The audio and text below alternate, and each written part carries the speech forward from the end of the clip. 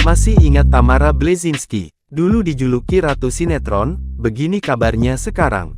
Tamara Bleszynsky dikenal sebagai aktris, model, dan penyanyi kenamaan tanah air. Di era 90-an, karir Tamara Bleszynsky melesat tajam hingga dijuluki Ratu Sinetron Indonesia. Debutnya sebagai pemain sinetron dimulai melalui perannya dalam Anakku Terlahir Kembali, 1996. Di sinetron berating tinggi yang kemudian dibuat sekuelnya itu, Tamara beradu akting dengan idola remaja kala itu Desy Ratnasari. Pasca vakum karena hamil dan melahirkan pada tahun 2000, Tamara kembali melalui sinetron Ramadan Doa Membawa Berkah 2000, yang disutradarai Ahmad Yusuf.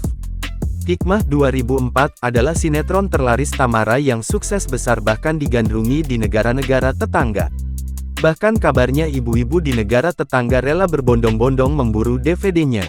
Berkat sinetron ini pula Tamara meraih Best Favorite Actress 2004 dan 2005. Berbagai judul film, sinetron hingga FTV lainnya pun sukses ia bintangi.